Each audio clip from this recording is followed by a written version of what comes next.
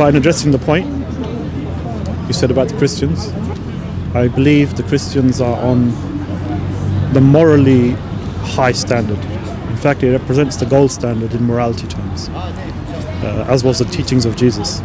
Because your conscience is telling you that this is wrong, but your honour won't let you follow through with the logic.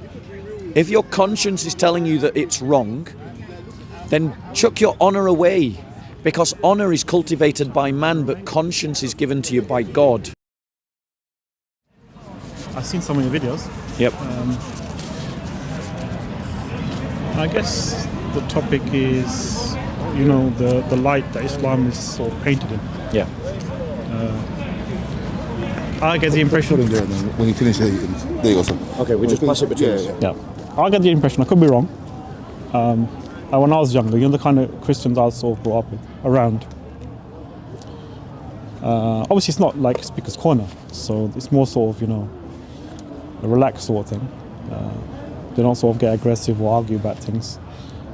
But ever since I come to Speaker's Corner, there's been sort of a focus on certain things. And it's always painted in a very sort of harsh and negative light. Like the word pedophiles are thrown around and this sort of thing. And, brought up in this country as a Pakistani. I remember a long time ago, we're talking like before 20 years ago, where racism was sort of worse than it is now. Because I saw I saw a good period of quite harsh racism, where you just walk on the streets, someone would spit at you, would say all sorts of things. And then it went down to sort of a time when it sort of stopped. But recently it's coming back up that curve again, where people, again on the bus, you're hearing comments, people say things, they do things. So what I'm saying is that Christians or Christianity, is it sort of moving towards a union with the far right? Because I know it's not attacking a race. Islam is a religion. I understand that. But it's just what I'm seeing on the streets. The resurgence of something which I remember in my childhood. Except now they just call it like Muslims. They don't say, the words they used to use back then. Like my sister, she got like someone threw a can at her, just for wearing hijab and things. And they say Muslim this, Muslim that. Pedophile, that word is thrown around quite a lot. Can we do one point? Yeah, then? yeah. I'll let you get the microphone. Sorry. So, I guess the question is are the Christians moving? So let me answer that question. Firstly, let's not pretend that huge numbers of Muslims are that aren't persecuting Christians. There are Christians in Pakistan. You said you were Pakistani ethnically? Is that what you said, or did I miss you? Okay, so Christians in Pakistan today, right now, have it far, far worse than Muslims in the United Kingdom. So it would behoove you to do better than talk about the discrimination that's occurring here to Muslims when Christian churches in Pakistan are getting bombed, and when there are anti-Christian pogroms in Pakistan, and where Christian girls are being kidnapped in Pakistan and forcibly converted to Islam, where Christians live as second-class citizens. Try talking about that, and then I will take your complaints more seriously. Because Islam teaches the kinds of injustice that we see right across the Muslim world. Because the kinds of behaviours that we've seen in Pakistan are not unique to Pakistan. They occur in Egypt. They occur in Nigeria. Now, Nigeria, Egypt, and Pakistan are not united by a single culture. They're not united by a single economic system.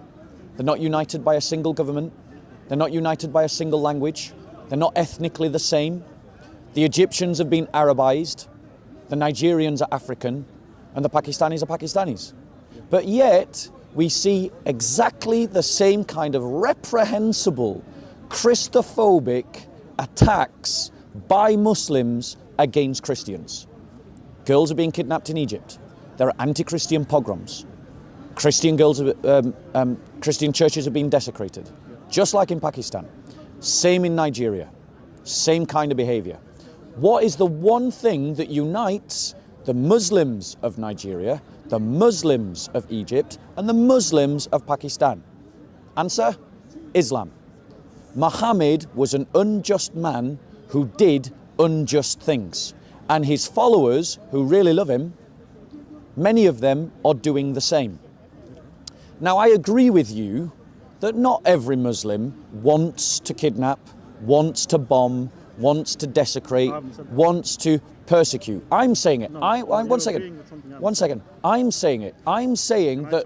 No, one second. One second. One second. I am saying, because I am coming to your question, I'm just not buying in. I'm just not leaning into your victim narrative, because Islam is perpetrating more injustices than it's carrying than the Muslims are facing in the West. I started by saying. Wait. Let me give you the microphone. If you can just hold it, we could just pass it to you. So I started by saying to you something which I personally have noticed. That since my childhood there was racism. Now, you talk about things happening in Pakistan. I'm not in Pakistan. I don't know about that. I was asking you about what I thought was a swing that the Christians are taking towards the far right. Yeah. And you're talking about something, the persecution of Christians. I've not said that the Christians are not being persecuted. I've not even said that. And I've not made a narrative. Like you suddenly said, you've made a narrative about this and that. I didn't even mention that. You just brought that in. All I was asking you was, it's a simple question. Do you think now, currently, in Speaker's Corner, the narrative that is being presented by the Christians is leaning towards or helping the far right? Okay. That was all I was saying. So now let me reply to that, because I wanted to demonstrate that there is a discourse about Islamophobia, and Islamophobia is real. There are really people who hate Muslims just because they're Muslim, and it's wrong, and I'm against them. Okay? But criticisms of Islam are not equivalent to Islamophobia. Criticisms of Muhammad are not equivalent to Islamophobia. And calling out Muslims for their inconsistency in talking about Islamophobia is not Islamophobic. Christians sit across the entire political spectrum, left and right. And I think it would be too much to say, actually, that Christians are swinging to the right. Actually, the evidence would indicate otherwise. Most Christians are naturally left-wing, because most Christians politically express themselves through concern for the poor, which is a left-wing narrative. But I am actually advocating that Christians come up with a politics that is neither governed by right-wing narratives nor left-wing narratives. It's governed by a Christian narrative, one of Christian solidarity, which means that we don't criticize Jainism for its injustices against Christians because Jainists don't carry out injustices against Christians. Jainism doesn't teach injustices against Christians. But Islam is a tyrannical, violent religion whose doctrines teach that the value of my life is half that of yours. And the only reason for that is because I'm a Christian and you're a Muslim. Now let me ask you this question. Let's do a thought experiment with me. Let's pretend that a right-wing government came to power across the entire Western Hemisphere and started to impose laws on Muslims that said things like this: that if you convert to Islam, you'll be executed; that Muslim men couldn't marry Christian women, but Christian men could marry Muslim women; that Muslims had to pay a special tax, and if they didn't pay this special tax, that their property, their life and their families would all become forfeit and could either be killed or enslaved. If someone tried to impose those laws on Muslims, would you stand against them? Okay, look, I'm not like a religious expert. I can't give a fatwa on things. But what I would suggest was that if a tyrannical ruler came into power and was applying tyrannical policies, Muslims, you know when you say Muslims as a singular, like for example, what am I allowed to do? And Muslims as a nation, what are they allowed to do? It's two separate things. For example, I could not resort to violent acts against that tyrannical ruler just because I didn't agree with what he was doing. A treaty would have been made, I guess, technically, between the Muslim nation and that ruler regarding these things. So if he said to them, for example, like I guess the way when the Israelites were under control by the different people that didn't believe in God, they would give them rules to follow. They were harsh rules sometimes. They would kill their males and let the females live and things like this, or they would take them into slavery. Just like the rabbis have their rules about how you would deal with such things. Under those conditions, you would suspend certain religious rulings, like if, like you're saying, they're saying we're going to take your females and we're not going to let you have them. Does that mean a person, like for example, I'll run it as a thought experiment. Let's say I'm in my house and the tyrannical king sends an army or whatever and says, give me your wife because she's mine now, under the rule of the land. Now I know. You didn't pay your tax. Yeah, because I didn't pay my tax. Now I know that I can oppose him singularly. Like I can get my sword wherever I have and try to stop the soldiers. Most likely they'll kill me. And instead of just taking my daughter, they might burn the whole house down and take the whole family into slavery. Whatever rule they have, anyone opposes them. You're not answering my question. Well, I'm trying to get to it. So if it was something like that, like what you say, then the answer is that because a man doesn't have that kind of power or authority to oppose those things, he has to stand aside. He can't really say anything about them. Okay. So it didn't escape my notice that you equivocated on the question, and I don't think it will escape the people that are going to watch this on YouTube that you equivocated on the question, because I asked you if someone imposed the law on Muslims that Muslims, according to Sharia law, would impose upon Christians, would you oppose them? And you equivocated on that question. Well, you'll just have to wait. So the fact of the matter is, I think, so I'm going to ask you again, do you think that Muslims, including yourself, would call Islamophobic laws that said, if you convert to Islam, we will kill you. If you don't pay this special tax that no one else has to pay, we're going to take your land, your property, and your family, and maybe enslave you, maybe kill you, and that your churches, for instance, couldn't, so that you couldn't perform the adhan, that your mosques had to be lower than churches. These are the kinds of laws that Christians have suffered under Islam for 1400 years. These is the kind of persecution that Christians still suffer under Islamic rules. In Egypt, the Christians must apply directly to the president to repair their church roofs, which means that many churches don't get the repairs. It's a legal ruling. It's a legal ruling. It's a legal ruling imposed on Christians because they're Christian, not Muslim. It's a way of degrading them, because that means that legally they can't perform repairs and their churches break down and collapse. Muslims don't have to go through those hoops. They can just get on with do the repairs. When Christians repair their churches illegally, if some Muslim decides to report them to the authorities could potentially come round and damage the church, even tearing it down. So this is the kind of rules that Christians live under today. And Islam is the source of those kinds of rules. So let me ask you again. If we imposed upon you, and by the way, I want to stress, I don't think that every Muslim follows Islam. There are many good Muslims who are good Muslims precisely because they don't follow Islam.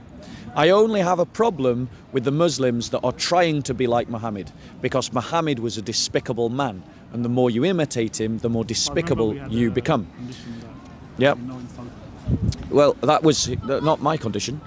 Yeah. Well, there you go. And this is the thing. Muslims insult our religion. You mock... Muslims insult... We've got it on camera lots of time. Muslims mock the Christian faith. Well, you need to go and speak to all the Muslims. I'm not all Muslims. I'm sorry, but no, I'm not going to. You... Despicable prophet. He is a despicable prophet. What would you call a man that legitimizes rape? But we can't go into it because it's insulting. Why is that insulting? If Muhammad No, did you it, said, listen. I'll let you reply. Yeah, if you word it like this, if you said to me, look, your prophet said this thing, I can try to respond to it. But despicable this, pedophile that, this is what I'm trying to speak against. I don't like this kind of wording, you know. And me personally, Speaker's Corner, you can say what you like, but I'm just saying with me personally, just, you know, my fuse just goes and I can't, you know, I start stuttering, let's put it that way. You know what I'm saying? I like we a can less, have a conversation. Yeah, but you know what I mean. I'm not You know going to what I have my freedom of speech curbed. I understand, but it's just the way I, you know, I don't. Well, that's fine, but I I'm don't not, respond well to that. I'm not going. If It's my the way I am. If you are upset by the example of your prophet, No, then if perhaps- you had said despicable, that guy there despicable, it's the same thing. Like, the wording is just like it's really not. You wouldn't. It gets get, to me. If I called him despicable, you wouldn't get upset. No, I'd about it. walk away just like the same. I'm saying the kind of wording I don't talk like that. Right. Let's You know, just it's not my. let's have a look. Hold on. So one where he second. sanctions rape, you're saying? Yeah, he sanctions rape. Okay, we can have a look at that Yeah, let's have a look at that. because I don't sanction rape. So Okay. just to be on the record. Right. Okay. So here's the thing. The reason that I believe that Christians have the right. Sorry. The Christians have the right to oppose an ideology that teaches evil. And I notice for the second time you haven't addressed my question. The question is, thank you, sister. You're doing a wonderful job. Can I have one as well? You're doing great. Thank you. Well done. Would you like this one? I'll take that one from my back pocket and I'll use it later. Okay. Thank you. You have a lovely day. You too. God bless. So, here's the thing. Islam teaches despicable things. It really does. And there are many, many good Muslims, you might even be one of them, that would never do the despicable things that Islam teaches. Well, yeah, it is. This is the contradiction that many Muslims live out in their lives. They don't actually follow their prophet. And they're better people for not following their prophet. They're better than their prophet. And for that reason, I have no problem with Muslims that don't want to apply Islam to the world around them. And I am opposed to groups or political parties or entities that just brush all Muslims with the same brush and say that all Muslims are bad. Because I know for a fact that not all Muslims are bad. As I've said again, and I'll say it one last time, there are lots of good Muslims. But they are good Muslims precisely because they're good people precisely because they're bad Muslims. Well, you have to show. Yeah, I'm going to. But I'm going to ask you to address my question. Okay. If a right-wing government across Western Europe it sought to impose the kind of rules on Muslims that Muslims have imposed upon Christians for 1400 years, yeah? Would you oppose them? Would you call them Islamophobic? Would you say it is morally wrong? Oppose them, call it Islamophobic, say it is morally wrong. Okay, so I would say it's morally wrong. Thank you. I would say that there should be freedom of religion in its entirety for all religions. I would say. I would distinguish between saying that Muslims are the ones who mistreated the Christians and rather to rephrase that as tyrannical rulers under the Muslim empire. They're the ones who sort of initiated these things. I just as a Muslim, I'm a Shia Muslim, obviously. So we believe that since the time the Messenger left, Islam and its real interpretation was from the 12 apostles of Muhammad, which are the Imams, and therefore most of the current things which you're referring to probably is from the Sunni side of the fence. Although you can correct me on that. But when you said, what's my opinion regarding the persecution, and if someone today, let's say, was applying what was being applied, I guess you're saying to the Christians of you can't repair a church, you can't ring the bell loud, these rules, I think it was the Treaty of Omar you're referring to, yeah. Those all conditions, I would say that's wrong. Okay. And Brilliant. yeah. So what you've done there is you've condemned your own book. You've said that your book teaches things that are immoral. Because if people did them to you, it would be immoral. And I agree with you. Which means that you need to find a better book, basically. And the thing is, you clearly are a good man. If you can see wrong and call wrong wrong, then you're good. Or at least you're better than what is bad. And if you're saying that the kind of rules that we see in the Quran are wrong if they are done to Muslims, then that means they are wrong when they're done to Christians. And that means that you can't follow your own book. I'm going to give you an example. And what you need to do is find yourself a better religion. Not and many points at times I can't. And that better religion is Jesus Christ and being his disciple, who you already believe is the Messiah. It's a morally correct religion, yes. So you say it's morally correct, but let me ask you this. Because in Surah 4:24 it says this. Having in Surah 4:23, it gives a long list of people you can't marry. Yes. That you can't have intercourse with. Yes. It gives a long list of people that you can't have intercourse with.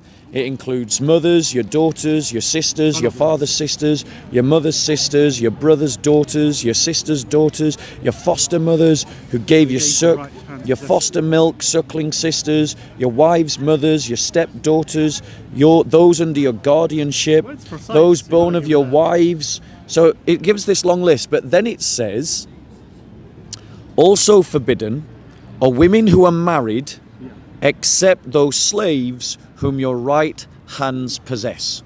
So Islam teaches that it is all right to have sex with women that are already married. Is that moral? I forget the first point now. There was something before that. I'm going to try to remember it. Let's remind me. Said something so before that. I said that in your last answer you had condemned your own book because you had said that it was morally wrong. Okay, has that helped? Yeah. Okay.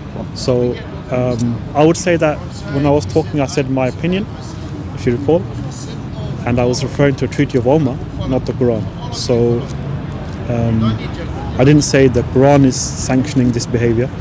As far as I remember, the verse I remember is about where God talks about churches and synagogues where the names of Allah is mentioned and those who would desecrate them, and God speaks against them, and that's in the Quran. The Treaty of Omar was by obviously the second Caliph Omar, and under Shia Islam we're not really obliged to follow what he says. But in addressing the point you said about the Christians, I believe the Christians are on the morally high standard. In fact, it represents the gold standard in morality terms, as was the teachings of Jesus. Islam is a bit different. It's not really designed towards the highest moral standard. And don't get me wrong on this one. What I mean by that is it legislates for a much wider group of people. It legislates for all people, and in the real world, in what works in the real world. Now, I think you're referring to the verse where it says about it's obviously illegal to have sexual relations with a married woman, which is universally true, I think, in most cases, the law. But then it makes an exception, and I think the exception was at the time of one of the wars when they had captured the wives of the polytheists, if I remember correctly. And they asked the Messenger of Allah that these women are married, what are we to do with them? And we know their husbands as well, some of them. They were concerned. So this is where this verse came down. I believe the verse effectively is saying That you can have sex with them. well, yeah, we're getting there. I believe the verse effectively is saying that in times of war, and again, I make it specific. I know you might not agree with me. I make it specific to that particular war at that particular time, rather than saying, for example, today, if like some ISIS guy says, with the Yazidis, it's a similar case where he just storms perfect them. match, actually. Well, yeah, the only difference I would make between the two is that I believe it is unlawful for an individual Muslim or even a group to apply these rules.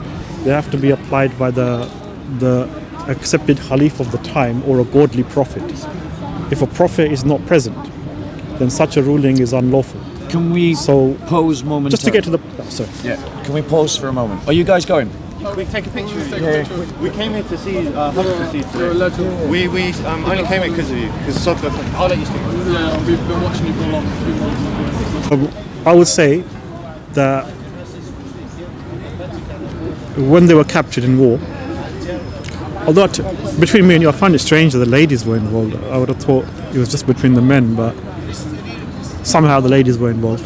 So when they were captured in war, I guess the men folk were either killed or imprisoned. I'm not sure. The question is, I guess it could be a tribal thing. The rules the tribes had at the time when they were warring regarding women, as to what happens when you defeat the other tribe. Maybe they had the policy that the women were taken by the victor, by the victoring tribe. Maybe they took them and incorporated them. I'm not sure about that. It's speculation. Mind if I reply? But I'll finish what I. Okay. So what I would say was that if a prophet who is inspired by God or has a direct line to God is in the position of a battle, and according to the rules of those times, what used to be done with the women, it was maybe a lawful thing to do. And if you ask me today, if some gang says we're following the religion of Muhammad, let's say, like example ISIS, and I raid a town, and I say, look, these are prisoners of war, therefore the Quran says I can do this and this and this. What I would say was, as a Shia, we Shia don't really follow it like that. We believe in sort of the divine intervention of imams. They would guide us to the right path. So such a thing would have to be sanctioned by an imam. And because the 12th imam today for us is in hiding or not accessible, therefore those rulings would become unlawful to apply in the field. So what we've got there is a backhanded admission that Islam teaches something immoral. Because I wasn't quoting a hadith. I was quoting the Quran. That's what I quoted. And without any prompting from me, you gave the context of how was happening when the Quran verse was revealed. Which means that, and you did it in such a way as to distance yourself from it. And the reason why you distanced yourself from what your holy book teaches is because you're better than your holy book. And I agree, it is wrong. It is immoral. It is something that should be opposed. And if there is, and your comparison of ISIS to Muhammad is a perfect one. Because Muhammad had a war, he captured people, and then he allowed his followers to rape them. And then ISIS had a war, captured people, and then allowed their followers to rape them. And if you want to excuse it and say it was marriage, well, it's adultery, because these people were already married and their husbands were still alive. So Muhammad sanctioned adultery. So whether we're sanctioning adultery or sanctioning rape, Muhammad is wrong. Now, one second. And it's not just here, because in Surah 33, Ayah 50, just in case Muslims didn't get it the first time, Muhammad says it again, or rather Allah says it again. O Prophet, verily we have made lawful to you your wives, to whom you have paid their bridal money, and those slaves whom your right hands possess. Now, right hands possess is a discourse about those women that are captured in war. So Muhammad practiced capturing people in war and then having sex with them. So let me ask you to do a thought experiment. Let us imagine that a right-wing government establishes itself and then a civil war breaks out in France. And the right-wing nationalists are winning the war and they storm a Muslim stronghold. They kill the men and they capture the women. Do you think that those women would want to have sex and marry their captors? Should we start with that or the beginning part? Start with the question. Okay. So the answer to that is obviously no. But this is, I believe, what I was saying at the beginning. That in a tribal society 1400 years ago, was it understood by the women? Because today, for example, marriage is by love and by choice, and it's changed quite a lot. Marriage has evolved for the better into a more sort of better sort of institution where people choose who they marry. They marry for reasons of love, maybe. But in those times, marriages were a completely different sort of policy. You might agree with me. But it was more about financial security, it was about tribal relations, all sorts of different things which today don't really apply. They apply perhaps to tribal societies, primitive societies even now. But in modern Western societies, such things are no longer in use, or they're no longer apparent. So these things might seem strange. For example, to say what happens to a woman who is captured in war. Like I said, even for non-Islamic purposes, when the tribes defeated another tribe, it may have been policy for them to incorporate the women into wives for themselves. Alternatively, what would they do with them? Based on the kind of tribal society it was, I couldn't say what they would do with them. If you ask me today, in its application today in the field, as mankind has evolved and changed, if someone attacks, let's say, Luton Town and kills all the men, and then decides they're going to take the women and rape them or marry them or whatever, then is that wrong? Then yeah, it's wrong. Can we apply that Quran verse today? The way society has moved on. In the Shia religion, the Imam is the link between God, between the divine and between man. And over time, rulings are abrogated, they're changed. We believe in abrogation in Islam. So the Imam would have changed things or adapted them accordingly to our society. I still believe it is unlawful for a gang, whether they call themselves ISIS or whatever, to apply rulings from the Quran like this, which can only really be applied by a Khalif. And as far as I'm aware, the Khilafat of the Muslim Empire ended upon Hassan, because after Hassan ibn Ali, it became a dynasty. It became something which passed from father to son, and it became about control and power and various other things. So beyond the first 5 Khalifs of Islam, I don't really take any responsibility for them. Okay. So, once again, because you have a good heart and a good conscience, you have tried to distance yourself from Quranic teaching. But the thing about the Quran is that it says that it's perfect guidance. The thing about the Quran is says that it's clear guidance. And the thing about the Quran is that it says in Surah 5, Ayah 3, that this day I have perfected your religion for you, completed my favour upon you, and have chosen for you Islam as your religion. And this verse is talking about things that are halal and haram. So the Quran is talking about things that are halal and haram, and it's saying that it is halal to capture and therefore rape women. Of which I'm happy to say you are not one of them. But I have noticed that you have managed to create a cognitive dissonance between what you believe personally and what the Quran teaches. Because if you're not willing to follow your best example, Muhammad, and you're not willing to do what's clearly instructed in the Quran, what you're really saying is you want a different religion. And I agree, you should have a different religion. That religion is Christianity, because Christianity doesn't teach that you can capture and rape women, but Islam, the Quran, does. Now, you said that it was something that happened 1400 years ago in a different time, a different system, tribal sense. And the thing is, if it was the case that Muslims believed, as we Christians believe, that there is someone who is going to guide us into all truth, the Holy Spirit, and that if you believed, as we Christians believe, that the Bible is an expression of our faith, a distillery of Christian truths, but is not itself the source of the Christian truths, then you would be able to marshal that kind of argument. But you believe that the book that I'm holding in my hand is perfect, is clear in Arabic, and is guidance to mankind. And it teaches something that you recognize as being unjust.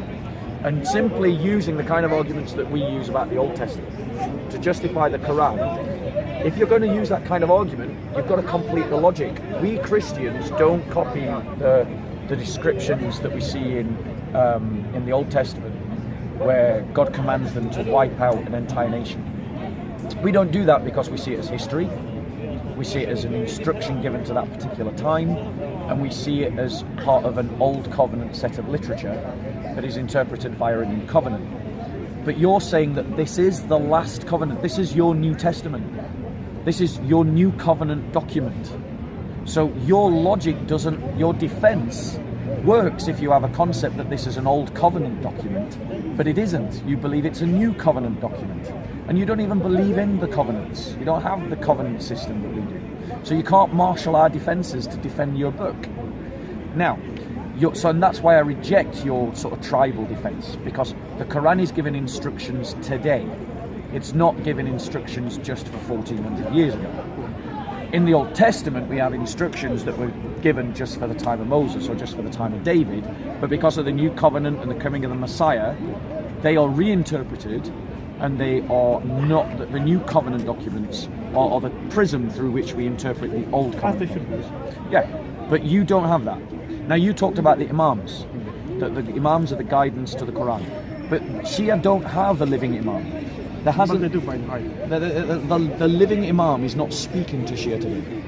The living, Some say he is. Some, but not all. The Shia believe that there is an Imam in hiding who's going to come back later. But that means that he isn't interpreting the Quran for you. No. But all the living Imams that we had, can you show me where they say that? Show me one of the statements from one of the Imams of the past where they say you should not capture women and then either marry them or rape them. Can you show me one of the Imam statements relegating the clear text of the Quran to history?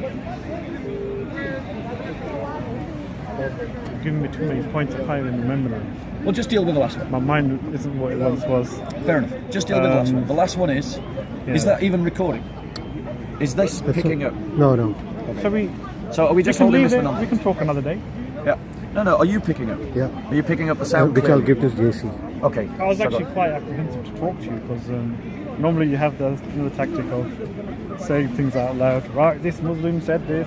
I only shout if I need to. Yeah, but he was actually went all right. So So maybe we can talk another day because No, he is recording. No, it's okay. Yeah, It's recording and it's going to go on camera. So what I want to ask you is, show me. Is he all right? Live and learn. Live and learn. Live and learn. So here's the thing. That's how they learn, though, isn't it? Here's the thing, right? Show me any statement from the Imams that say that this is Battery. that you can't take slaves and have sex with them or marry women that are already married. Show me one of the Imams that said that. 4 minutes. no, but I've not said you can't do that. What I've said is So you agree with what the Quran teaches? no. Let me say it in my way.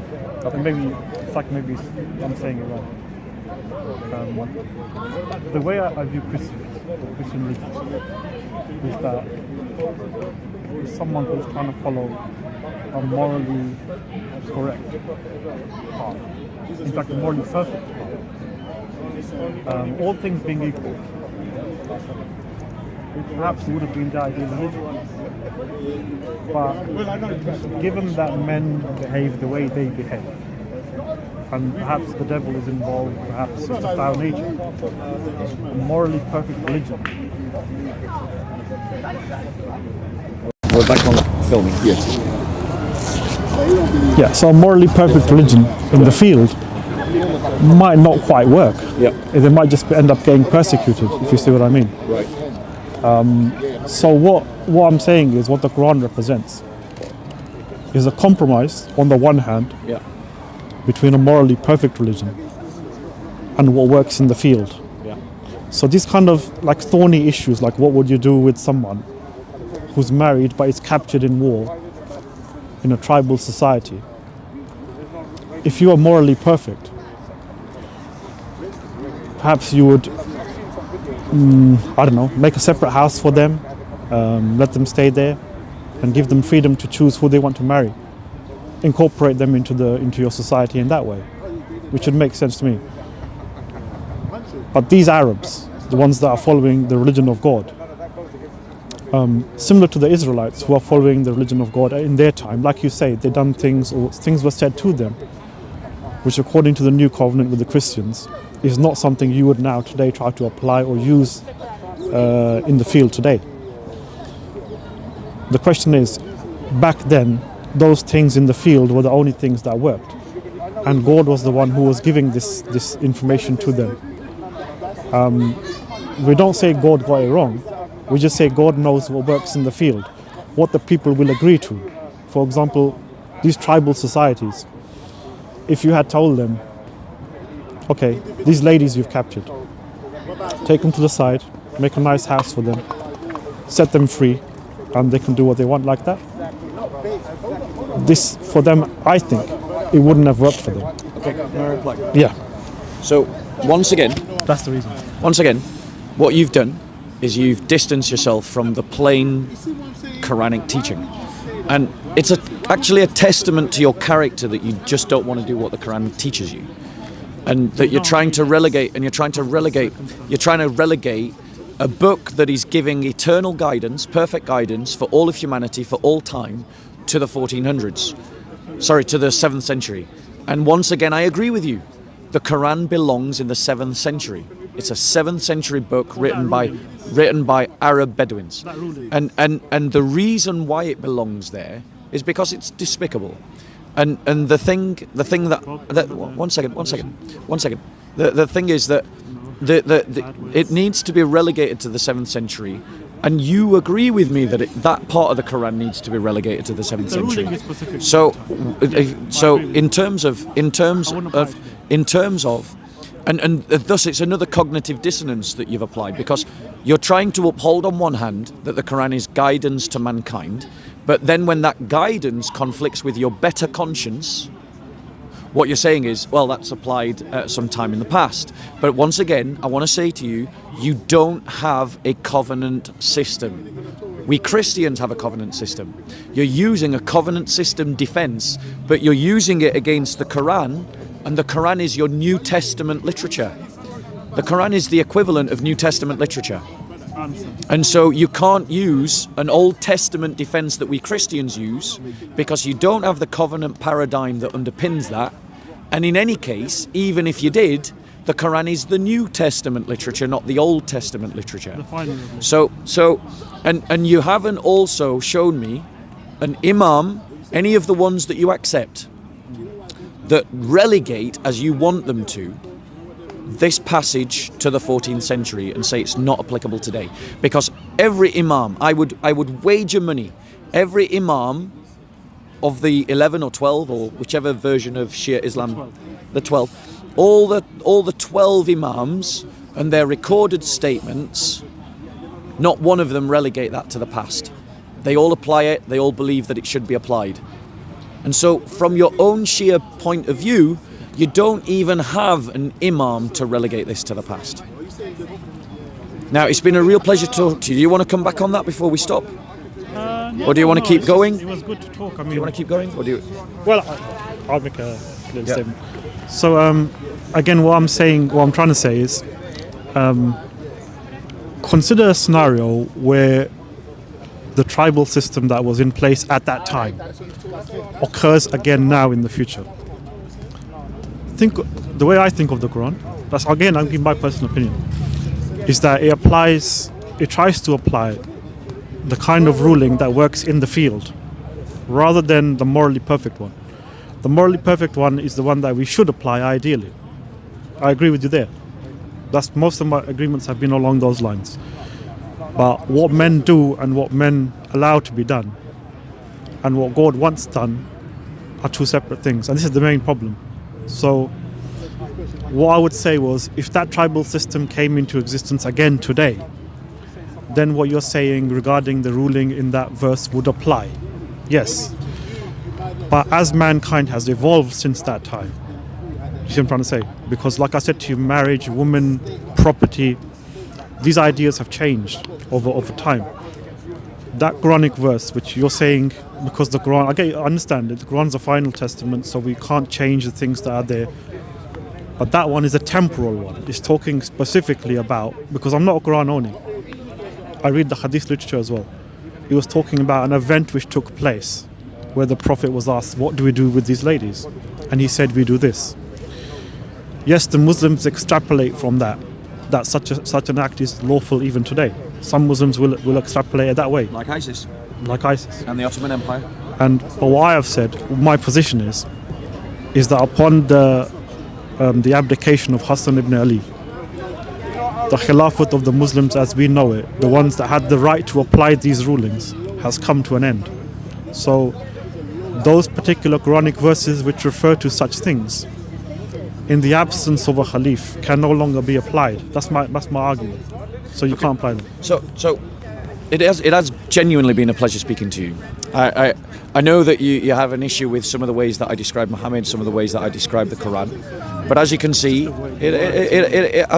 it's completely possible for people to have a sensible, intelligent conversation here at the park without sadly the Muslim hecklers that always come in and interrupt. And it's been a real pleasure with you. And just as a sign of what a pleasure it has been, I want to give you a gift. So I give people gifts. This is a book. It's a series of reflections and meditations upon biblical literature. This is by a guy called C.H. Spurgeon. He's a very famous Christian teacher. And it's just reflections on different scriptures from the New and Old Testament. Actually, there's something I wanted to ask you as well. Well, we'll come to that, but let me just finish.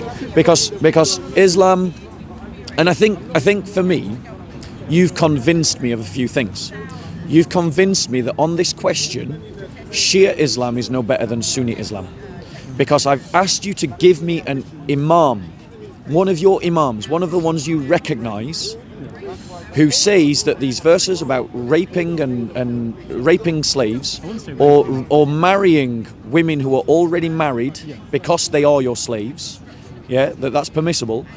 I wanted you to give me an imam that said that is a ruling that belonged in the time of Muhammad, not today.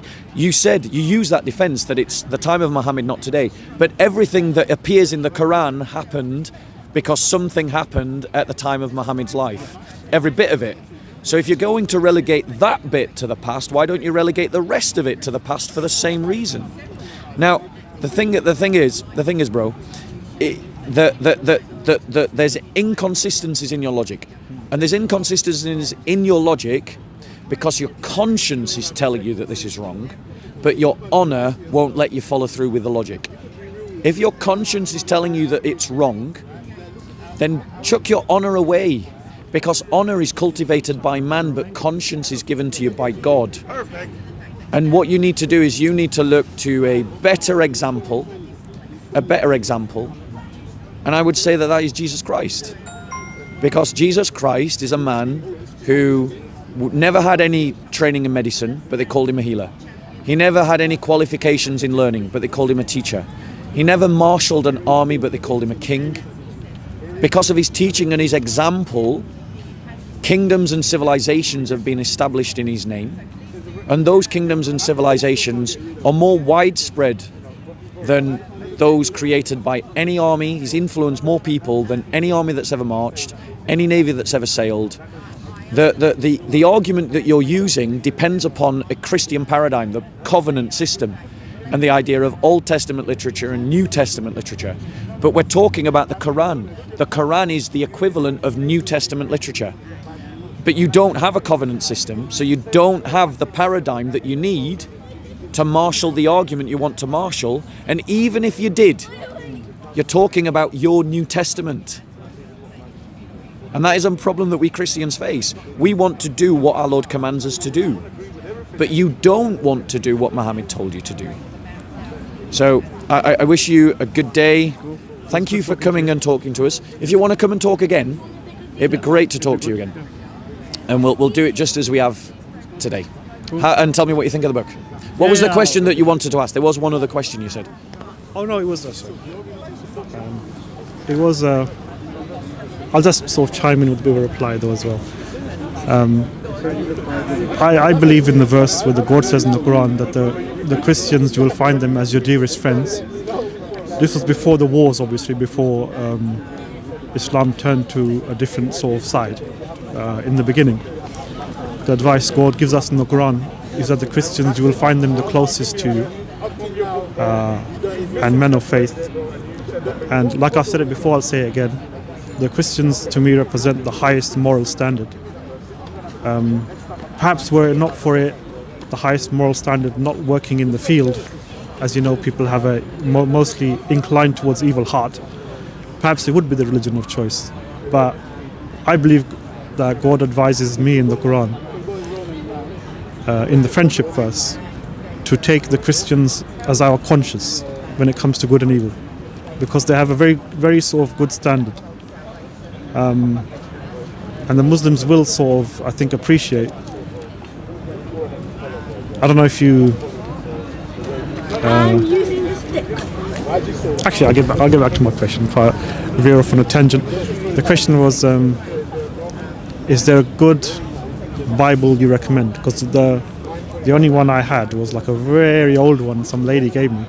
It's an ancient one from 100 years ago. So But if today someone wanted a good sort of copy of the Bible, the New Testament, what would you recommend? So personally, I use the NASB, which is the New American Standard Bible, and what we mean by this is that there are different translations of the Scripture, and there are discussions amongst Christians about what passages are canonical, what books are canonical, but the NASB is a very well done scholarly translation. It's aimed at a higher level of reader, so it's aimed at a high-level reader rather than a young, low-level reader. It's aimed at someone whose native language is English. They used multiple texts, Latin, Slavonic, ancient Greek, Hebrew, Aramaic, Coptic, to do the translation, comparing the different translations to get the most accurate transmission. And so I would encourage you to read that one. Yeah. And just to come back to you on your comment about you quoted the friendship verse. And the thing is, yeah, the Quran says that. In the beginning, yeah. But then the Quran also says this: fight against those who believe not in Allah, nor in the last day, nor forbid that which has been forbidden by Allah and His Messenger, and those who acknowledge not the religion of Islam amongst the people of the Scripture, that's the Christians and the Jews, until they pay the jizya with willing submission and feel themselves subdued. When it became warlike, yeah. But Like that a peace-like version. it became warlike because of what the Quran says. But you agree the Quran has sort of, if you like, two sort of, you can divide it into pre-war and post-war. Before, Yeah, but, and this is my point. This is I my would rather keep it with the. And this is my before point. the- You're better than your book, and you're better than your prophet, and it's a pleasure to meet you.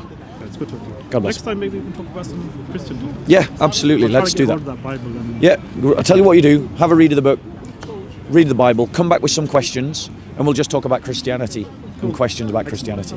All right. God bless. Nice talking to you, bro. So let's just do a quick wrap up. The brother has come down he wanted to talk about what he perceived as the increasing Islamophobic prejudice.